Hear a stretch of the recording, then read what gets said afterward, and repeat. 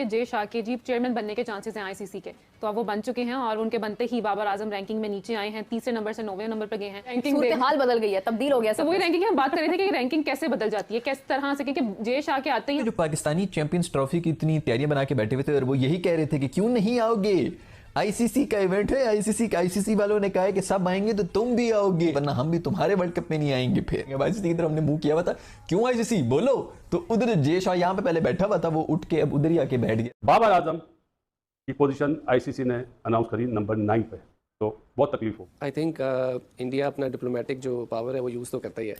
कम आज वो जो रैंकिंग कार्ड खेला जाता था ना हमेशा कि बाबर पे क्या बात कर रहे हो, बाबर तो टॉप 5 में आ रहा है टेस्ट में, बाबर के हवाले से तो बात करने की आपकी औकात ही नहीं है।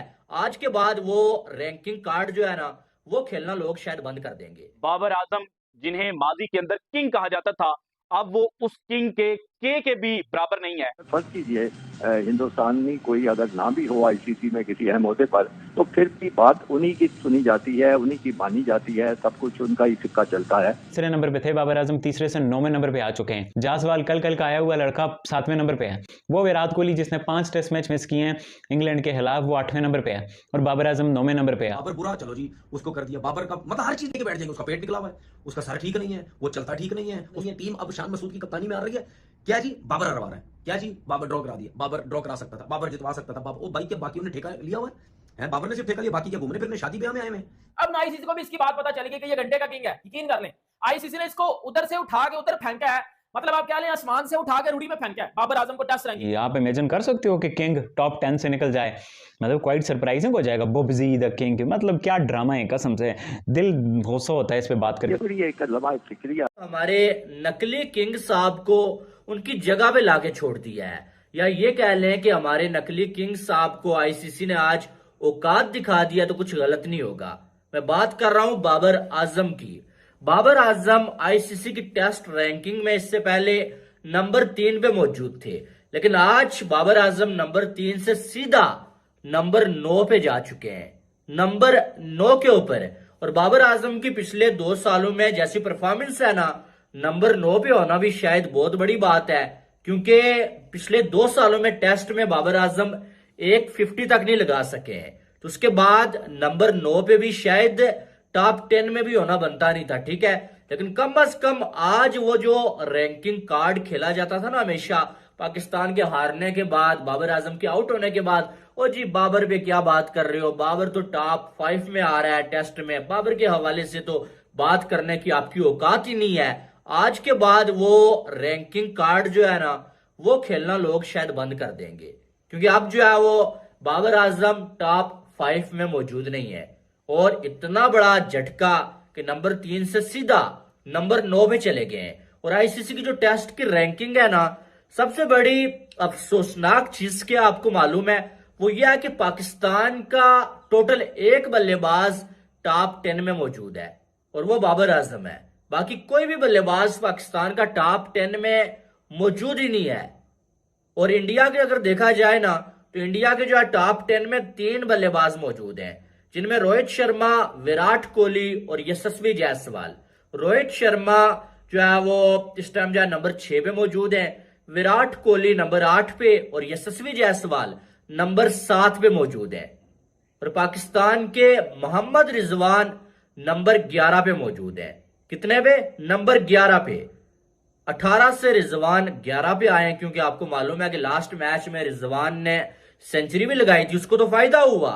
लेकिन बाबर आजम नंबर 3 से सीधा नंबर 9 पे चले गए हैं भाई साहब, नंबर 9 पे।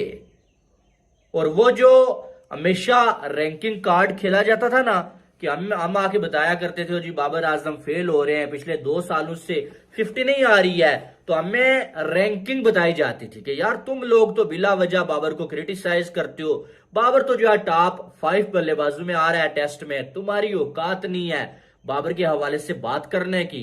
तो भाई साहब आज देख लो, आज के बाद शायद वो रैंकिंग कार्ड जो है ना वो कोई नहीं खेलेगा। लोग इस चीज को गलत यूज कर रहे हैं, वो सिर्फ पैसा बनाने के चक्कर में बाबर आजम के अगेंस्ट जाते हैं, ठीक है, कि अगेंस्ट जाओ या उसके फेवर में जाओ, जो भी समझ आती है लोगों को। कितने लोग उसको सपोर्ट कर रहे हैं, कितना मीडिया हमारा सपोर्ट कर रहा है उसको, एक तो यूट्यूब चैनल बना बना के बाबर हर चीज, बाबर अच्छा प्लेयर चलो जी उसकी वो कर दी, बाबर बुरा चलो जी उसको कर दिया, बाबर का मतलब हर चीज लेके बैठ जाएंगे। उसका पेट निकला हुआ है, उसका सर ठीक नहीं है, वो चलता ठीक नहीं है, उसके कपड़े ठीक नहीं है, वो फलाना नहीं है, टीम अब शान मसूद की कप्तानी में आ रही है। क्या जी बाबर हरवा रहा है, क्या जी बाबर ड्रॉ करा दिया, बाबर ड्रॉ करा सकता था, बाबर जितवा सकता था, बाबर वो भाई क्या बाकी ने ठेका लिया हुआ है, बाबर ने सिर्फ ठेका लिया, बाकी क्या घूमने फिरने शादी ब्याह में आए हुए, वो कुछ नहीं जो है वो करेंगे। हर चीज बाबर के ऊपर, ये तो मैं पहले से कह रहा हूं, मैं कुछ 2-3 साल से कह रहा हूं कि जब उसको कप्तानी से एजेंडे के तौर पे हटाया जाएगा उसके बाद उसकी बैटिंग के पीछे पड़ जाएंगे। क्यों हमारा मीडिया जो है या हमारे जो ये सोशल मीडिया पे लोग जो ट्विटर पे पैसा बना रहे हैं या यूट्यूब पे या फेसबुकों पे जो बना रहे हैं, क्यों बाबर के अगेंस्ट जा रहे हो सारे, क्यों नहीं सपोर्ट करते? इस टाइम तो सबसे अच्छा प्लेयर हुआ, क्या प्लेयर आउट ऑफ फॉर्म नहीं होते? क्योंकि बात यह है कि जिन्होंने क्रिकेट खेली नहीं है वो क्रिकेट के ऊपर बात करते हैं। कभी उन्होंने यूट्यूब चैनल पे या कहीं पे अपने शो पे कोई बात नहीं की, जर्नलिज्म पे कभी बात नहीं की कि यार जर्नलिज्म होता क्या है, फलाना क्या होता है। सारे यूट्यूब चैनल बना के बैठ गए और क्रिकेट के ऊपर बात कर रहे हैं।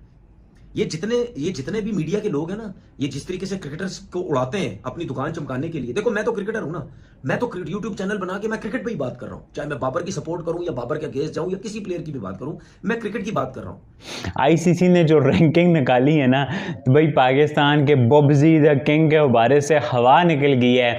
और भाई पूरे पाकिस्तानी कह रहे हैं ये आईसीसी ने हमारे साथ क्या प्रैंक कर रही है। जिस तरह से बाबर आजम की रैंकिंग हुई है बहुत ही सरप्राइजिंग और बहुत ही अनफॉर्चुनेट सी चीज़ है। एक आई ओपनर भी है, वो फिर वही बात आ जाती है, आप इंडियन दोस्त कहोगे कितने आई ओपनर हैं, कितना एक्सपोज हो चुके हो, सुधर जाओ, बस कर दो। और जिस तरह से यूएसए ने नीदरलैंड को हराया है, यकीन मानो दुनिया की टीमें प्लेयर इतना इंस्पायरेशनल हो रहे हैं और हम जो है पता नहीं क्या कर रहे हैं। आईसीसी ने रैंकिंग अपनी अपडेट की और बाबर आजम साहब तीसरे नंबर पे थे। आपको पता है ये रैंकिंग हम पाकिस्तानियों का मान होती थी, जो बर्गर पप्पू बच्चे जिनको इम्पैक्ट का आइडिया नहीं है, जिन पे हम बार बार रोना रोते थे इम्पैक्ट कहाँ है, इम्पैक्ट कहाँ है, वो आगे से कहते थे world number 1 ICC, world number 2 ICC, world number 3 ICC. तो भाई ये एक बांग्लादेश वाला टेस्ट हुआ है और तीसरे नंबर पे थे बाबर आजम, तीसरे से 9वें नंबर पे आ चुके हैं। और आपको पता है पहले पे जो रूट, दूसरे पे कैन विलियमसन, तीसरे पे मिचेल ब्रूक्स एंड देन ये रोहित शर्मा और जायसवाल। आप रोहित शर्मा देखो, लास्ट को एक ज़माना हो गया रोहित शर्मा ने कोई एक किसी बाल भी खेली हो, उसके बावजूद वो 6ठे नंबर पे हैं। जायसवाल कल का आया हुआ लड़का 7वें नंबर पे है। वो विराट कोहली जिसने 5 टेस्ट मैच मिस किए हैं इंग्लैंड के खिलाफ, वो 8वें नंबर पे है और बाबर आजम 9वें नंबर पे। नमस्कार दोस्तों, आज की एक और नई वीडियो में आपका स्वागत है। और जिस तरह से पाकिस्तान का मीडिया चीख रहा है, चिल्ला रहा है कि जैसा कि आईसीसी चेयरमैन बनने के बाद बाबर आजम की रैंकिंग जो है वो 3 से 9 पे कर दी गई है। हालांकि मुझे ऐसा लगता नहीं है, क्योंकि मैंने थोड़ी देर पहले आईसीसी की वेबसाइट पे विज़िट करके देखा था, तो वहाँ पे जो रैंकिंग थी वो 3 ही थी बाबर आजम की। लेकिन पाकिस्तान का मीडिया चीख रहा है कि जैसा जब आईसीसी के चेयरमैन बने तो बाबर आजम की जो रैंकिंग है वो 3 से 9 पे कर दी गई। तो हो सकता है कि कर दिया गया हो, लेकिन अभी वेबसाइट पे अपडेट ना किया गया हो, तो ये भी एक रीज़न हो सकता है। लेकिन फ़िलहाल पाकिस्तान को काफ़ी ज़्यादा बुरा लगा है जो आईसीसी के चेयरमैन बन गए हैं जैसा। तो इनके लिए तो अब चैंपियंस ट्रॉफी भी मुश्किल में है और इनके लिए अब और प्रॉब्लम बढ़ेगी ही।